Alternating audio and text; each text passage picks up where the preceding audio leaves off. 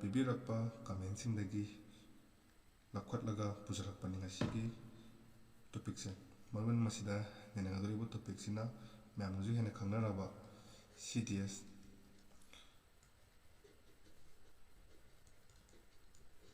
Combined Defense Service हाइरिबा सिगी Combined Defense Service से खुन ममांग थाकिबा exam marun NDA National Defense Academy हाइरिबा सिगी NDA सिगा खेनाबा अदुमक लाइको मरुना सिगी NDA गिसिदा खुना टेप लुरगा थान एग्जाम से अदुगा मागी चॉइस तुगी मतुंगिना अदर मागी स्कोरिंग गी मार्क की मतुंगिना मागी सिलेक्शन फंगदनी हाइरिबा सिलेक्शन दुगी मतुंग इना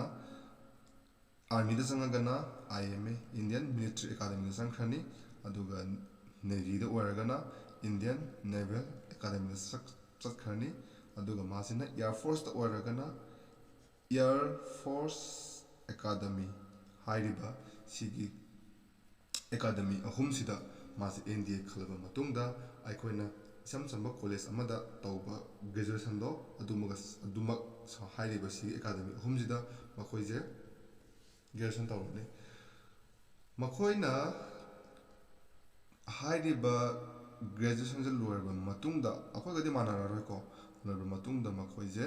कमीशन तौखरनी कमीशन तौखरगा मोज ऑफिसर ओरगनिको NDA दगी चंगपा ऑफिसर जे मखोइदि माना सही यम नौ तारगदि मासे जनरल हाइ तारगदि हाईएस्ट मागे सर्विस लेरिबा कोइगी एयर फोर्स बु ओरो अदगी नेवी गी बु ओरो आर्मी गी बु ओरो मखोइगी टॉप पोजीशन जिंगजे मखोइ लोइमंग अदुम जरप ngangane याइको अदुगा हाइरिबा सिगी कनोसे हाइरिबा सिगी CDS सिना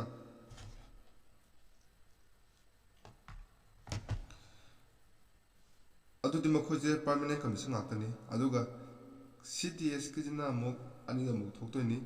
परमानेंट कमीशन हाबा मंगा नॉन परमानेंट को नॉन परमानेंट जे कोना शॉर्ट सर्विस कमीशन ना अनि थुनम खादो कने को हाइरिबा सिगी परमानेंट कमीशन जे मखोइ सिना हाइदि CDS खलबा मतुंगदा ओरप ऑफिसर सिना माना रिटायरमेंट लौद्रि बोक्से सिबोद माना कारक ngangdaba rank si yamlabada colonel ji yorkane namna colonel ngana haina bada colonel je si yorkane ko to hariba sidi colonel je maje mana sahi 53 or 54 se saida matam je loikrani aduga hariba sigi short service commission jina maje hek mana commission tauba date to dagi sahi to dagi bo roko 10 years से मां service तौगने 10 years ता मां जे कइदिंग यरो काम तमदा major यरो कने को major यरो मतुंगदा मागी परफॉर्मेंस हाइदे मागी सही तराजिदा मागी परफॉर्मेंस यामना फजरगदी माजे मु सही अहुम नत्रगना मरीजे अमु कमीशन तौसलगा लेदब यागने को सिगी पोट से मसागी आर्मी दुना हायरकपा मा हाइदि मसागी एकेडमी ने कमीशन तौरपा अम्मा नत्रगना मसा मतोंदा अप्लाई तौजब याय अदु अप्रूवल पिरे कांदनी को याक्तसे सिम लैरे अदुगा खोइगी CDS ता ngalo ngasi de ko CDS ke on dum nena rasiko aduga CDS ता मैमना खाइदगी हजिक खंगनरिसे मिलिट्री एकेडमी दा अनथगन इंडिया के मिलिट्री के टॉप पोजीशन सतिंग तारगा दे को जन मैथ्स मदम दका होयको मैथ्स से पामदब हाइदि मैथ्स से पामदे पामंगसु याम हाइनदब मिली लाइको हाइदि आई खोइदमना मैथ्स से खितंग नुआइतबदो अदुगुम्बा कांगु के वना CDS ता मागी जगह मसुपिको अदुगा इंडियन आर्मी दा नुपी से आर्मी जॉइन तब याय तारगसु मसाई कनोजे हजिकपुदी याखे हजिकपुदी परमानेंट कमीशन दगा याखे को परमानेंट कमीशन यादना अवा पोस्ट का मैम पाइना खरे अदुना CDS की एग्जाम जिदसु लई समाय लई हम तमदा एयर फोर्स एकेडमी सिगम लैरनी अदुगा इंडियन नेवल एकेडमी लानी अदुगा इंडियन मिलिट्री एकेडमी ꯍꯥꯏꯔꯤꯕꯁꯤꯒꯤ ꯑꯍꯨꯝꯁꯤꯗꯤ ꯄꯔꯃꯅꯦꯟ ꯀꯃꯤꯁꯟ ꯉꯥꯛꯇꯅꯤ ꯀꯣ ꯁꯤ ꯅꯠꯇꯕ ꯑꯃꯁꯨ ꯂꯩꯔꯤꯕ ꯑꯣꯐꯤꯁꯔ ꯇ꯭ꯔꯦꯅꯤꯡ ꯑꯦꯀꯥꯗꯃꯤ OTA ꯑꯃ ꯂꯩꯔꯤꯕ ꯉꯁꯥꯏꯒꯤ ꯑꯩꯅ ꯁꯣꯔꯠ ꯁꯥꯔꯚꯤꯁ ꯀꯃꯤꯁꯟꯅꯤ ꯍꯥꯏꯕꯗꯣ ꯍꯥꯏꯔꯤꯕꯁꯤꯒꯤ OTA ꯁꯤꯅꯦꯕ OTA ꯆꯍꯤ ꯈꯨꯗꯤꯡꯒꯤ ꯃꯥꯒꯤ ꯚꯦꯀꯦꯟꯁꯤꯁꯦ ꯑꯗꯨꯝ ꯌꯥꯝꯅ ꯂꯧꯋꯤ ꯆꯍꯤ ꯑꯃꯗ CDS ꯁꯨ NDS ꯁꯨ ꯑꯅꯤꯔꯛ ꯄꯥꯡꯊꯣꯛꯀꯅꯤ ꯑꯗꯨꯅ ꯌꯥꯝꯗ꯭ꯔꯕꯗ OTA मोना कौरक कनोसे मेल दा 200 प्लस अदुम कौवे अदुगा सगी नुपीदना अमुक 15 प्लस 5 दुम प्लस माइनस 5 दुम लेगा कौरकनी को IFA गुम्बा INA गुम्बा ददी पोस्ट से क्या यामदे अदुगा इंडियन मिलिट्री एकेडमी ददी मागी पोस्ट अराउंड 100 मुक्ति दुम कौने सिमलरे अदुगा अखोइना CDS की फॉर्म जे हेक मेनबा मतमदा मागी प्रेफरेंस टिक तवना हाइबने अदुगी प्रेफरेंस टिक तवबसिदा करिगुम्बा आइसिना मासागी कनोसे खोइगी कहनी एयर फोर्स से पामबको अदु तारगदी टिक तव प्रेफरेंस पि मतमदा सिदा एयर फोर्स एकेडमी लेनी मथंगदा INA थमनी IMA समाथंग OTA समाना पिधरक तारगदी कईगुम्बा आइसिना एयर फोर्स की कट ऑफ तो यौ तारगदी आइजि एयर फोर्स तो संगिदने को हाइदे मसागी मागी सिट लैरिबा सिटुगी चानबदो येंगबा मतुंगदा हाइबा पोस्ट आइजि संगिने अदुगा करीगुम्बा आइना सोइदना AFA खतंग मक खोलमबा मागी प्रेफरेंस दा को तारगदी अतोपले महौरिबा सर्विस खैजे अमति यंग आरोइबा IFA की हेक कट ऑफ से यौद्रबा अदादम आइजे तुम आउट चलने अदुबु करीगुम्बा आइना AFA अमसुंग INA नत्रगन IMA से हाइरिबा सिगी अहुम जाइना प्रेफरेंस पिरम तारगदी आइगी मतुंगिना आइना ngसागी खोलिबदोगी मतुंगिना आइगी कट ऑफ तुनि यौबो जगादो अदुदा आइ इंजलकने सिमा ngसागी खोइगी फॉर्म मेनबम मतमदा यामना लेगनबा डाउटनी अदु सिमदि याइने लेबिरनको अदुगा ngसागी सि OTA से खक्तमक आइसिना अप्लाई तवने खलसि हाइबदि आइदि मैथ्स क्यासु लिंक दे अदुना मैथ्स थारय अदुना आई OTA से दोने अप्लाई तवनिंगेना खलसि अदु तारगदि आइगी प्रेफरेंस तो ओनली OTA दं खोटकदबने अदु तारगदि मासे OTA खक्तमक ने हाइना OTA तमक सखरनेबो को अदु सिगी खिनरकपजे कमाइना खिनरक हाइ मतमदा एग्जाम दे सिदा दी हाइ तारे को एग्जाम दे सिदा अखोना थादसे पेपर अहुमनेबो पुना पेपर अहुम से परमानेंट कमीशन अहुम हाइबा AFA INA अमसुंग IMA गिदी मैथ्स यावबा कांगुजिंगिदी मखोइदि नोमदा पेपर अहुम थागनी अहान पेपर से पेपर लोइनमक 2 आवर्स की ड्यूरेशन गाक्तनी को अहान पेपर सिना इंग्लिश था इंग्लिश नि अदुगा अनि सुबजिना जनरल अवेयरनेस हाइतारे अदुगा अहुम सुबजिना मैथ्स ने कईगुम्बा आइगी प्रेफरेंस OTA सु यावरे IMA सु याव तारगदी आइसे मैथ्स कंपलसरी थागने याइको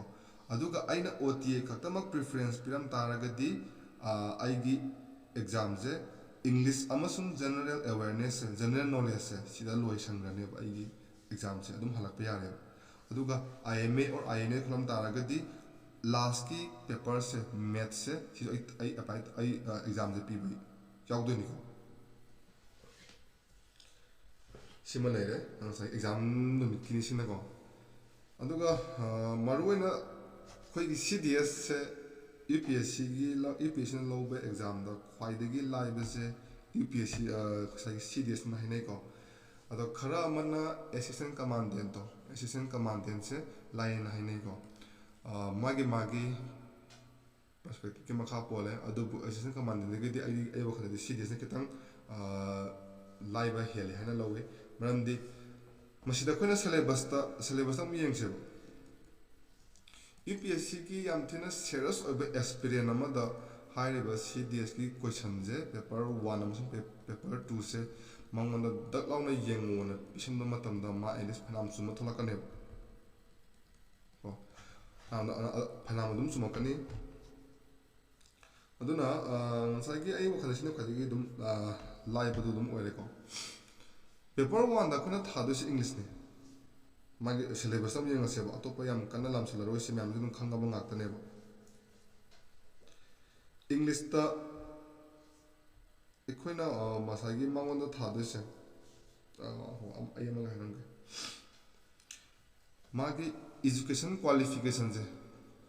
ꯀ꯭ꯋꯥꯂꯤꯐꯤꯀꯦꯁꯟꯁꯦꯀꯣ ꯍꯦꯛꯇ ꯑꯩ ꯏꯌꯥꯔ ꯐꯣꯔꯁꯇ ꯄꯥꯝꯃꯦ ꯍꯥꯏꯗꯅ ꯁꯤꯗ ꯂꯧꯕ ꯁꯤꯟꯕꯁꯦ ꯌꯥꯗ꯭ꯔꯤꯕꯀꯣ IMA ꯏꯟꯗꯤꯌꯟ ꯃꯤꯂꯤꯇꯔꯤ ꯑꯦꯀꯥꯗꯃꯤꯒ OTA OTA ꯑꯦꯅꯤ ꯁ꯭ꯇ꯭ꯔꯤꯝꯗꯒꯤ ꯂꯥꯛꯄ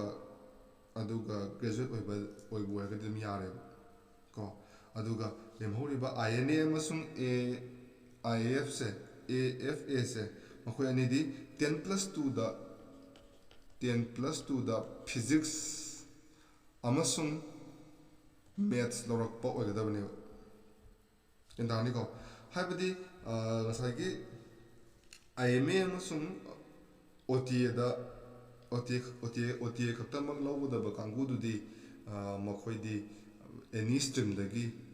ꯒ꯭ꯔꯦꯖꯨꯋꯦꯠ ꯄꯥꯁ ꯇꯧꯔꯛꯄ ꯑꯣꯏꯔꯒꯗꯤ ꯌꯥꯔꯦ ꯑꯗꯨꯒ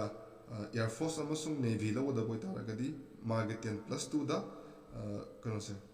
ꯐꯤꯖꯤꯛꯁ ꯑꯃꯁꯨꯡ ꯃꯦꯊꯃꯦꯇꯤꯛꯁꯁꯦ ꯂꯧꯔꯛꯀꯗꯕ ꯑꯗꯨꯅ ꯁꯤꯂꯦꯕꯁꯇ ꯍꯥꯏꯐꯦꯠ ꯌꯦꯡꯉꯁꯤ ꯑꯩꯈꯣꯏꯒꯤ ꯑꯍꯥꯟꯕꯒꯤ ꯄꯦꯄꯔꯁꯦ ꯏꯪꯂꯤꯁ ꯄꯦꯄꯔꯁꯦ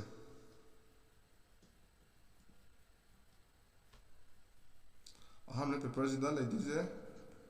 ꯏꯪꯂꯤꯁ ꯀꯣ ꯏꯪꯂꯤꯁꯁꯦ ꯌꯥꯝꯅ ꯂꯨꯕ ꯑꯝꯇ ꯍꯪꯗꯕꯅꯤꯀꯣ ꯑꯗꯨꯝ ꯍꯥꯏꯗꯤ 10-12 ꯂꯣꯏꯔꯛꯄ 12ꯇ ꯏꯪꯂꯤꯁ ꯂꯧꯔꯛꯄ ꯀꯥꯡꯕꯨꯅꯒꯗꯤ ꯌꯥꯝ ꯂꯥꯏꯅ ꯍꯥꯏꯔꯛꯇꯧꯕ ꯄꯣꯠꯅꯤ ꯁꯤꯗ ꯃꯥꯅ ꯌꯦꯡꯉꯤꯁꯦ ꯂꯥꯛꯏꯕ ꯑꯦꯄ꯭ꯂꯤꯀꯥꯟꯇꯨꯒꯤ ꯃꯥꯒꯤ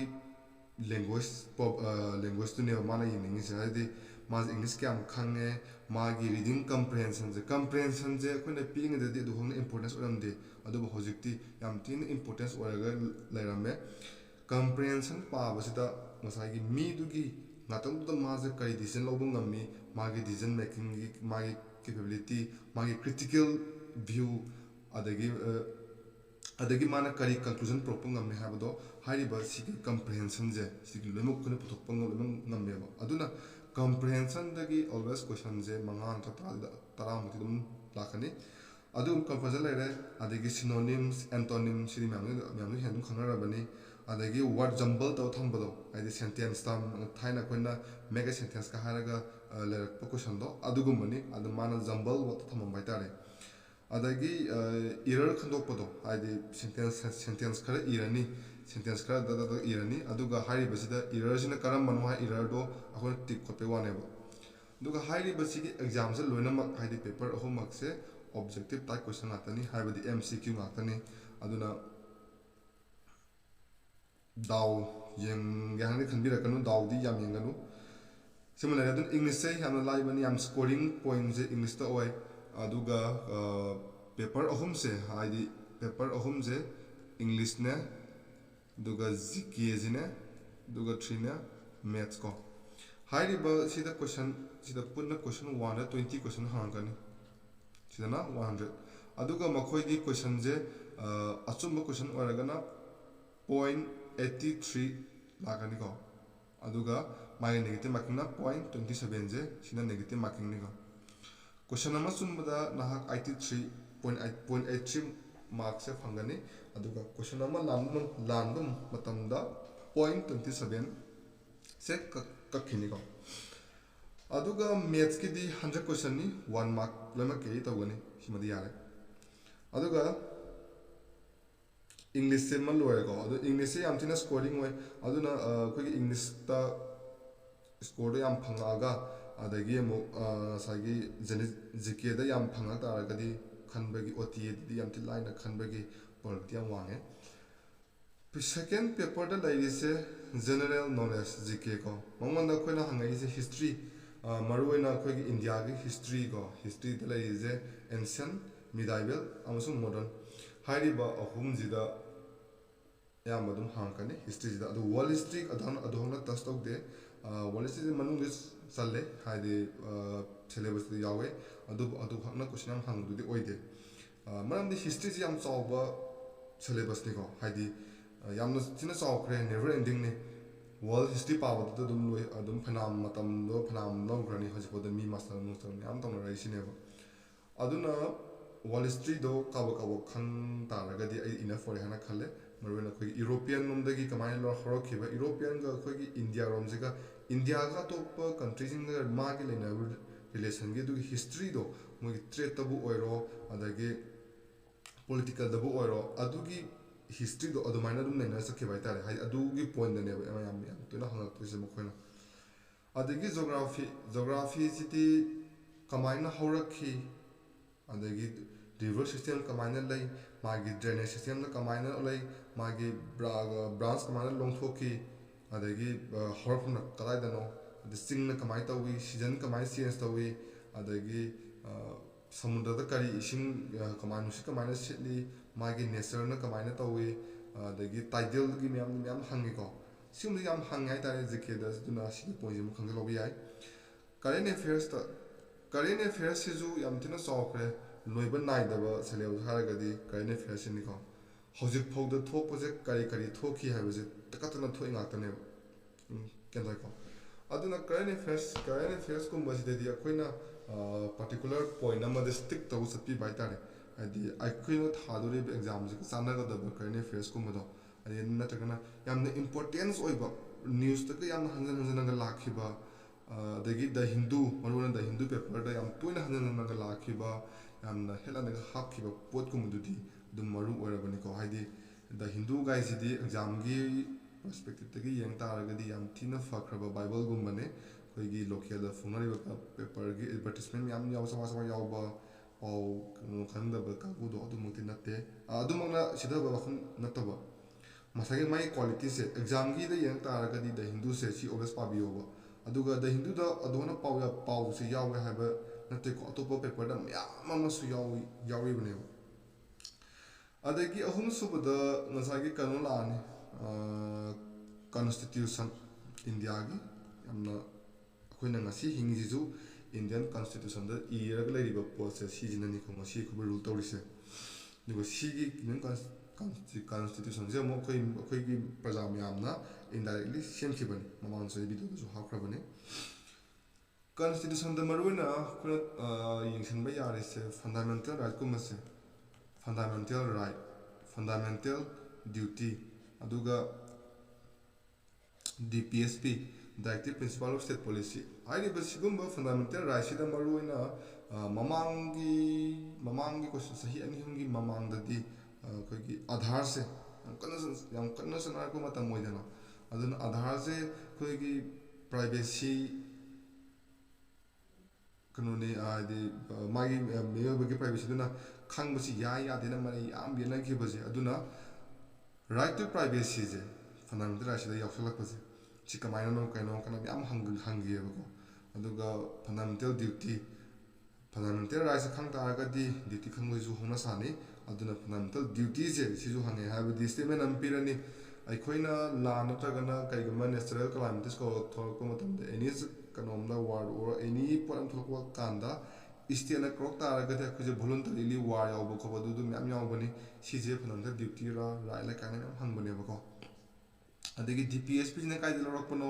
ꯐꯟꯗꯥꯃꯦꯟꯇꯦꯜ ꯗ꯭ꯌꯨꯇꯤꯁꯤꯅ ꯀꯥꯏꯗꯒꯤ ꯂꯧꯔꯛꯄꯅꯣ ꯐꯟꯗꯥꯃꯦꯟꯇꯦꯜ ꯔꯥꯏꯠꯁꯤꯅ ꯀꯥꯏꯗꯒꯤ ꯑꯦꯃꯔꯖꯦꯟꯁꯤꯅ ꯀꯥꯏꯗꯒꯤ ꯂꯧꯔꯛꯏ ꯍꯥꯏꯕꯗꯤ ꯑꯩꯈꯣꯏꯒꯤ ꯏꯟꯗꯤꯌꯟ ꯀꯟꯁꯇꯤꯇ꯭ꯌꯨꯁꯟꯁꯦ ꯑꯇꯣꯞꯄ ꯀꯟꯇ꯭ꯔꯤꯁꯤꯡꯗꯒꯤ ꯍꯥꯟꯅ ꯑꯣꯜꯔꯦꯗꯤ ꯐꯣꯝ ꯇꯧꯈ꯭ꯔꯕ ꯀꯟꯇ꯭ꯔꯤ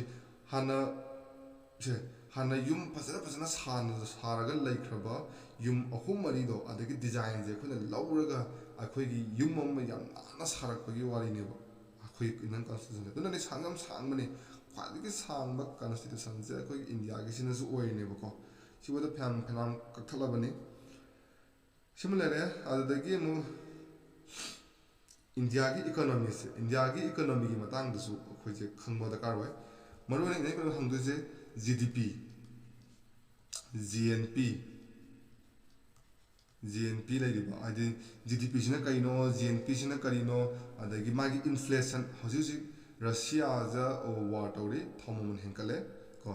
ꯑꯗꯨꯅ ꯃꯔꯨꯑꯣꯏꯅ ꯏꯟꯐ꯭ꯂꯦꯁꯟꯁꯦ ꯌꯥꯝ ꯇꯣꯏꯅ ꯍꯪꯕ ꯀꯣꯏꯁꯟ ꯑꯃꯁꯨ ꯑꯣꯏꯀꯣ ꯍꯥꯏꯗꯤ ꯏꯟꯐ꯭ꯂꯦꯁꯟꯁꯦ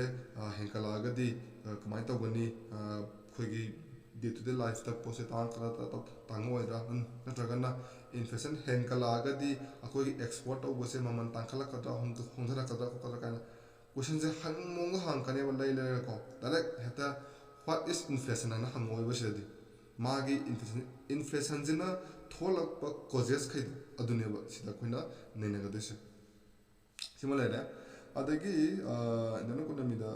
sia adagi mai ngasai gi diagram khar lai ko curves khar lai bani ko adugi curves kumado mamang da 21 da 20 da 20 da mo koin tha matam da si curves ma hangai ko maming doi ko thokre go slow hybra kai no ik phazana nisang ba ngamdre adugumba curves to dum hangai maruena masida koi gi kano se processing power se haidi pot chai maman je hongdhara ga akhoi je paisa je paiga da ban natte ba ai khoi da paisa do yamna lai tara ga di haidi ai khoi da purchase to ngamba gi capacity yamna lai tara ga di any possible mon lai ban ngam ga ne ba kudam mana yeng si out of canonic context ko ai hema harake lupa sama phangba imung du da thum packet lupa 30 pibudo lupa 10 da phangala sine ko ai ko lupa lising ama phangba imung du da di thum lupa 30 pibudo kun da pira suma kun da ka ke mo roi era lupa kun mo to kine natra amada na manga ta ga suma mo di lupa 90 lem lupa 90 lem ho dune ko mo lupa kun hengala sa ke ta ga suma mo di na re IT le ho dune pawa man ngamda ma da sathi na lai ngamda adune ba sini america na pisa pai du ko ta imam je moi ge purchasing power sam ngam bai ta re ko similar aduga koina kaini face pamatam da indian navy na tragana military gi oiba magi khusukhlai adagi makhona kai dawri habado adungu je myam pabi amasange marwena koi gi military gi country punsalaga makoi gi war gi exercise ka tawna bane hanasu yam chawam pangthok bane sahi mari lerga pangthokpa sahi ani lerga pangthokpa yamna lai aduga ju kitang thibam change aduga maruna handak khoi gi brahmos kam phauri je world da yamna phawba misani brahmos ko brahmos se india na sabra adana russia na sabra dara khona khangduse brahmos na haga india gi nati ko se collaboration ni russia amasung india gi collaboration ni aduna samaina haiba misaje kari misano ICBM la dana karino ICBM ta ga di intercontinental ballistic missile haibani ICBM aisina intercontinental ballistic missile ICBM di madi liquid madi okono solid na chalo magi fuel ko liquid fuel ni samaina surface ta gi dang na kakha khani kakhala ga magi jaga adu mu yaurani ko simi yaurani aduga magi target selai target sida station mutlaga paidrak to ne ko magi sige paidrak pagi ma asigi velocity je sina yaira kanda ma sida ne ma na sida magi target sida thon de ba akai toi destruction me am se ko aduga ko gi kano se ICBM nataba ko brahmos ka is surface to surface ni adagi air to surface ni air to air ni haibati surface ta gi dum surface ta ka pasu yaba ko surface ta gi dum air da dum thong adum ka pasu yaba natragana air da gi dum ka pasu yaba aduga adudana sina ko hangto je brahmos se ko india da airplane fighter amada ma se napaga in adudagi ma se firing tawki adu karma plane no hang pasu ya inin natro aduna sigumba missile je adagi hadak pinaka kaina khogi teng gaide missile miyam ama thokrabani ko adugum je khangin ba fai habdi who knows aram hang pe aduga book and authors kum je adu hona importance oi da bane ade pa hanganda bane ba adubu hangak pasu yawe marona khogi nobel prize kum je adum hangalak pasu yawe ko adu sports kumba book and author kumba jidi ko UPSC gi aspirant di adu hon importance odi aduna hai ba sigi jaga ani simadi kan thopiram badum ka sukai di habadi mark amani gi demakta matam namna mamudu su phatte ko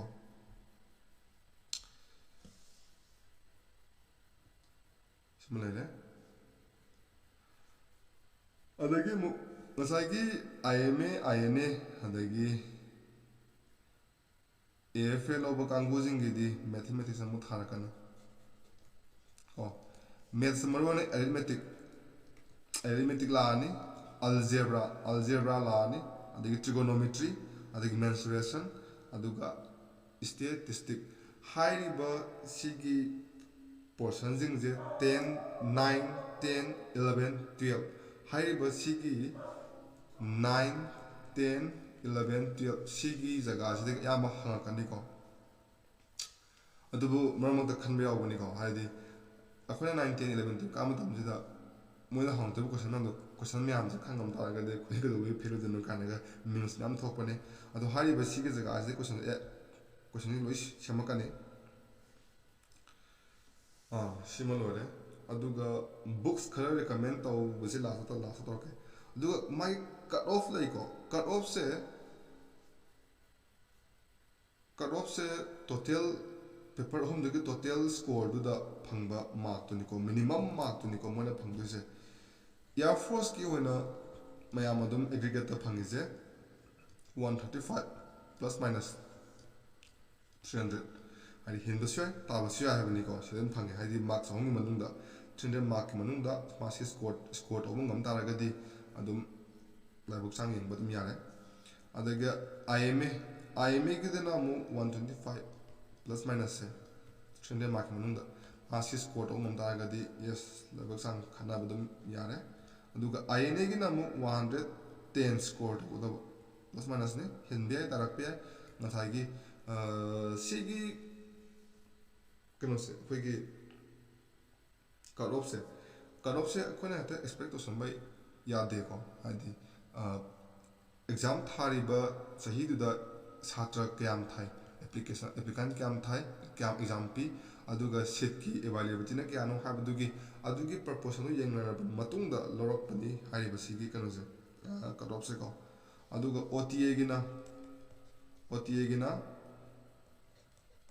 200 ꯀꯣꯏꯁꯟꯒꯤ ꯃꯅꯨꯡꯗ 80 ꯐꯪꯉꯗꯤ ꯑꯗꯨꯝ ꯌꯥꯔꯦ 80 +- ꯑꯗꯨꯝ ꯐꯪꯉꯗꯤ ꯑꯗꯨꯝ ꯌꯥꯔꯦꯀꯣ ꯁꯤꯅ ꯃꯥꯒꯤ ꯀꯠ ꯑꯣꯐ ꯋꯥꯡꯉꯦ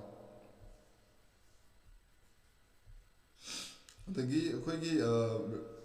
ꯑꯍꯥꯟꯕꯒꯤ ꯔꯤꯇꯟꯁꯦ ꯑꯣꯕꯖꯦꯛꯇꯤꯞ ꯉꯥꯛꯇꯅꯤ ꯏꯪꯂꯤꯁ ꯅꯠꯇꯅ ꯏꯪꯂꯤꯁꯇꯨꯗꯤ ꯑꯇꯣꯞꯄ ꯑꯝꯇ ꯅꯝꯃꯣꯏ ꯑꯣꯡꯂꯤ ꯏꯪꯂꯤꯁ ꯈꯛꯇꯪ ꯅꯝꯃꯛꯀꯅꯤ ꯑꯇꯣꯞꯄ ꯄꯦꯄꯔ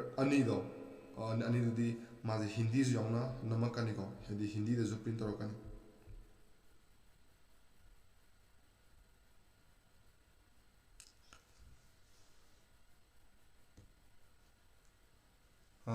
ꯂꯥꯏꯔꯤꯛ ꯈꯔ ꯍꯥꯏꯇꯥꯔꯒꯗꯤ ꯏꯪꯂꯤꯁꯀꯤꯗꯤ ꯑꯗꯨꯃꯥꯏꯅ ꯀꯔꯤ ꯂꯥꯏꯔꯤꯛ ꯍꯥꯏꯁꯤꯒꯦ ꯑꯗꯨꯝ 10 ꯐꯥꯎꯗ ꯇꯝꯃꯛꯈꯤꯕ ꯑꯩꯈꯣꯏꯅ ꯒ꯭ꯔꯥꯃꯥꯔ ꯇꯝꯃꯛꯈꯤꯕ ꯑꯗꯨꯒꯨꯝꯕꯗꯨ ꯑꯗꯨꯝ ꯄꯥꯕꯗ ꯑꯗꯨꯝ ꯑꯩ ꯏꯅꯐ ꯑꯣꯏ ꯍꯥꯏꯅ ꯈꯜꯂꯦ ꯀꯩꯁꯨ ꯄꯥꯔꯛꯇꯦ ꯑꯇꯣꯞꯄ ꯑꯝꯇ ꯑꯗꯨꯝ ꯄꯥꯔꯛꯑꯦ ꯑꯗꯨꯒ GKꯒꯤ ꯑꯣꯏꯅꯗꯤ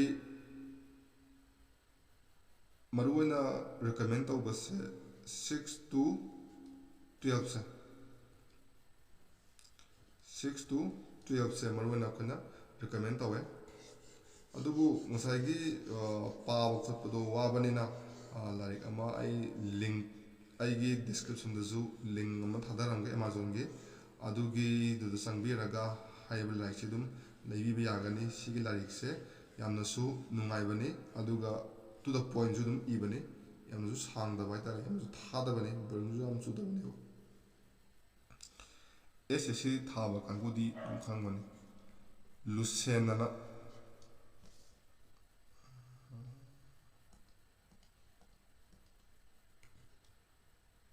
ꯂꯨꯁꯦꯟꯒꯤ ꯂꯥꯏꯔꯤꯛꯁꯦ ꯍꯥꯏꯔꯤꯕꯁꯤꯒꯤ ꯂꯨꯁꯦꯟꯒꯤ ꯂꯥꯏꯔꯤꯛꯁꯦ ꯌꯥꯝꯅ ꯅꯨꯡꯉꯥꯏꯕꯅꯦ ꯂꯨꯁꯦꯟꯒꯤ ꯂꯥꯏꯔꯤꯛꯁꯦꯀꯣ ꯑꯩ ꯂꯤꯡꯛꯇꯣ ꯑꯩꯒꯤꯗ ꯑꯗꯨꯝ ꯄꯤꯔꯝꯒꯦ ꯂꯨꯁꯦꯟꯒꯤꯁꯤꯗ ꯃꯔꯨꯑꯣꯏꯅ ꯁꯥꯏꯟꯁꯀꯤ ꯁꯕꯖꯦꯛ ꯑꯍꯨꯝꯁꯤꯃ ꯂꯣꯏ ꯌꯥꯎꯔꯛꯑꯅꯤ ꯑꯗꯨꯗꯨꯒ ꯀꯔꯦꯟ ꯑꯦꯐꯤꯌꯔꯁ ꯑꯗꯨꯝ ꯌꯥꯎꯔꯛꯀꯅꯤ ꯑꯗꯨꯒ ꯀꯩꯅꯣꯁꯨ ꯌꯥꯎꯔꯛꯀꯅꯤ ꯃꯥꯒꯤ ꯖꯤꯑꯣꯒ꯭ꯔꯥꯐꯤ ꯍꯤꯁꯇ꯭ꯔꯤ ꯑꯗꯒꯤ ꯏꯀꯣꯅꯣꯃꯤꯛ ꯑꯗꯨꯒꯨꯝꯕꯗꯨꯁꯨ ꯉꯁꯥꯏꯒꯤ ꯄꯣꯏꯟ ꯋꯥꯏꯁꯇꯅꯦ ꯌꯥꯎꯔꯛꯀꯅꯦꯕ ꯑꯗꯨꯅ ꯍꯥꯏꯔꯤꯕ ꯁꯤꯒꯤ ꯂꯨꯁꯤꯌꯟꯁꯦ ꯑꯦꯛꯖꯥꯝꯁꯦ ꯑꯩꯅ ꯈꯟꯕꯗ ꯖꯨꯟ ꯖꯨꯂꯥꯏ ꯁ꯭ꯋꯥꯏꯗ ꯁꯣꯏꯒꯤ ꯇꯥꯗꯧ ꯃꯥꯜꯂꯦ ꯑꯩꯈꯣꯏ CDS2ꯁꯤꯀꯣ ꯑꯗꯨꯅ ꯂꯨꯁꯤꯌꯟꯁꯦ ꯌꯥꯔꯒꯗꯤ ꯃꯥꯒꯤ ꯔꯤꯚꯤꯖꯟꯁꯦ 2 ꯅꯠꯇ꯭ꯔꯒꯅ 3 ꯁꯨꯞꯄ ꯅꯪꯕ꯭ꯔꯥ ꯌꯦꯡꯕꯤꯔꯣ ꯀꯣ ꯂꯨꯁꯤꯟꯁꯤ ꯊꯔꯣꯂꯤ ꯑꯣꯏꯅ ꯑꯅꯤ ꯅꯠꯇ꯭ꯔꯒꯅ ꯑꯍꯨꯝꯂꯛ ꯔꯤꯚꯤꯖꯟ ꯆꯠꯈꯤꯕ ꯃꯇꯝꯗ ꯖꯦꯅꯔꯦꯜ ꯅꯣꯂꯦꯖꯁꯦ 70 ꯑꯣꯜꯃꯣꯁ 60% ꯃꯨꯛꯇꯤ ꯑꯗꯨꯝ ꯌꯥꯔꯦ ꯍꯥꯏꯅ ꯑꯗꯨꯝ ꯂꯧꯕ ꯌꯥꯔꯦ ꯑꯗꯨꯒ ꯖꯤ ꯀꯦ ꯕꯖꯥꯔꯗ ꯆꯠꯂꯒ ꯖꯤ ꯀꯦ 2022 21 22ꯒꯤ ꯖꯤ ꯀꯦ ꯈꯔ ꯌꯦꯡꯕꯤꯔꯣ ꯃꯔꯨꯑꯣꯏꯅ ꯑꯩ ꯂꯤꯡꯛꯇꯕꯨꯗꯤ ꯍꯥꯞꯄꯝꯒꯦꯕ ꯑꯗꯨꯒꯤ ꯂꯥꯏꯔꯤꯛꯇꯨꯒꯤꯀꯣ ꯐꯪꯁꯨ ꯐꯪꯕꯅꯦ ꯑꯗꯨꯃ ꯄꯥꯕꯤꯕ ꯑꯗꯨꯝ ꯌꯥꯔꯦ ꯑꯗꯒꯤ ꯑꯩꯈꯣꯏꯅ ꯍꯦꯟꯅ ꯈꯪꯅꯤꯡꯕ ꯇꯥꯔꯒꯅ ꯍꯥꯏꯗꯤ ꯑꯩꯈꯣꯏꯅ ꯈꯪꯅꯤꯡꯕꯒꯤ ꯄꯣꯠ ꯑꯃ ꯐꯥꯎꯔꯛ ꯇꯥꯔꯒꯗꯤ ꯃꯥꯒꯤ ꯁ꯭ꯇꯦꯟꯗꯔꯠ ꯕꯨꯛ ꯂꯩ ꯏꯟꯗꯤꯌꯟ ꯄꯣꯂꯤꯇꯤꯒꯤ ꯍꯥꯏꯔꯒꯅ ꯂꯛꯁꯃꯤꯀꯥꯟꯁꯦ ꯂꯛꯁꯃꯤꯀꯥꯟꯒꯤ ꯏꯟꯗꯤꯌꯟ ꯄꯣꯂꯤꯇꯤ ꯍꯧꯖꯤꯛꯇꯤ 7 ꯏꯗꯤꯁꯟ ꯌꯣꯟꯗꯧ ꯃꯥꯜꯂꯦꯅ ꯈꯟꯕꯗꯀꯣ ꯁꯤꯃ ꯑꯗꯨꯝ ꯂꯩꯕ ꯌꯥꯏ ꯑꯗꯒꯤ ꯍꯤꯁꯇ꯭ꯔꯤꯗ ꯍꯥꯏꯔꯒꯅ ꯑꯩꯈꯣꯏꯅ ꯍꯤꯁꯇ꯭ꯔꯤꯁꯦ ꯐꯖꯅ ꯈꯪꯅ ꯄꯥꯅꯤꯡ ꯇꯥꯔꯒꯗꯤ ꯕꯤꯄꯟ ꯆꯟꯗ꯭ꯔꯒꯤ ꯄꯥꯕ ꯌꯥꯏ ꯑꯗꯒꯤ ꯑꯩꯈꯣꯏꯅ ꯑꯦꯛꯖꯥꯝꯒꯤꯗꯪ ꯑꯣꯏꯅ ꯊꯥꯒꯦ ꯍꯥꯏꯗꯤ ꯁꯨꯃꯥꯏꯅ MCQꯒꯨꯝꯕꯗꯪꯒꯤ ꯑꯦꯛꯖꯥꯝ ꯊꯥꯗꯣꯏꯅꯤ ꯍꯥꯏ ꯇꯥꯔꯒꯗꯤ ꯁ꯭ꯄꯦꯛꯇ꯭ꯔꯝꯒꯨꯝꯕꯁꯦ ꯑꯩꯈꯣꯏ ꯃꯣꯗꯔꯟꯗ ꯁꯤꯖꯤꯟꯅꯩ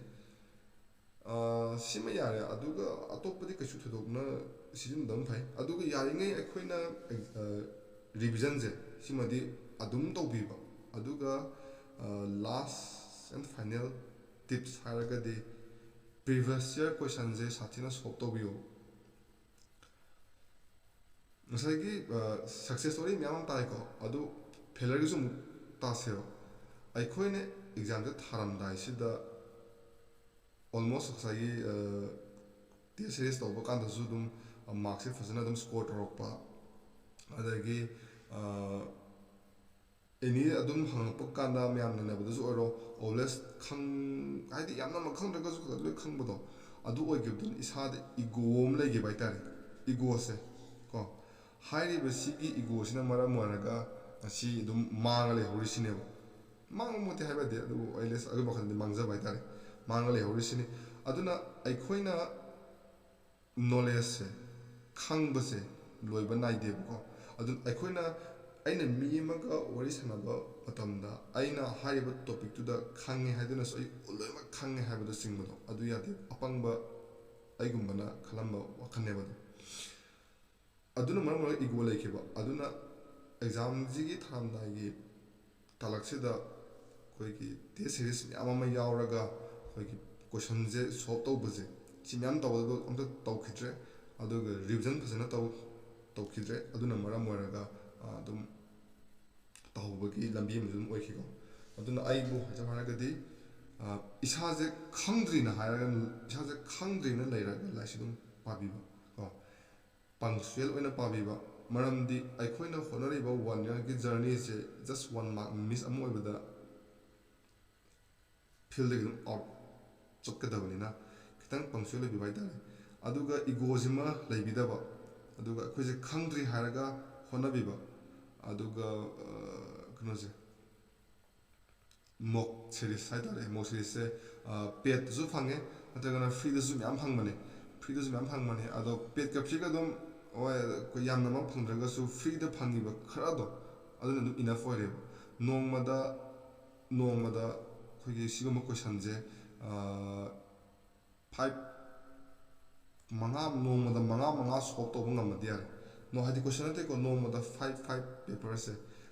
ꯁꯣꯜꯕ ꯇꯧꯕ ꯉꯝꯃꯗꯤ ꯑꯗꯨꯝ ꯌꯥꯔꯦ ꯏꯅꯐ ꯑꯣꯏꯔꯦ ꯑꯗꯣ ꯍꯥꯏꯔꯤꯕꯁꯤꯒꯤ 5 ꯁꯣꯜꯕ ꯇꯧꯕ ꯃꯇꯝꯁꯤꯗ ꯑꯔꯥꯎꯟ ꯑꯗꯨꯝ 120 ꯀꯣꯏꯁꯟꯁꯤꯗ ꯑꯣꯜꯋꯦꯁ 50 ꯑꯣꯔ 60 ꯑꯗꯨꯝ ꯁ꯭ꯀꯣꯔ ꯇꯧꯕ ꯉꯝꯃꯕ ꯀꯣ ꯅꯦꯒꯦꯇꯤꯚ ꯈꯥꯏꯗꯣꯛꯈ꯭ꯔꯒ ꯑꯗꯨꯝ ꯌꯥꯔꯦ ꯍꯥꯏꯅ ꯑꯗꯨꯝ ꯂꯧꯕ ꯌꯥꯔꯦ ꯑꯗꯨꯒ ꯔꯤꯚꯤꯖꯟ ꯐꯖꯅ ꯑꯗꯨꯝ ꯆꯠꯄꯤꯔꯣ ꯑꯗꯨꯗꯨꯒ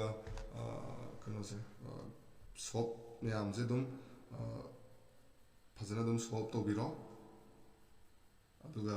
ꯑꯦꯛꯖꯥꯝꯁꯨ ꯀꯨꯏꯗ꯭ꯔꯕꯅꯤ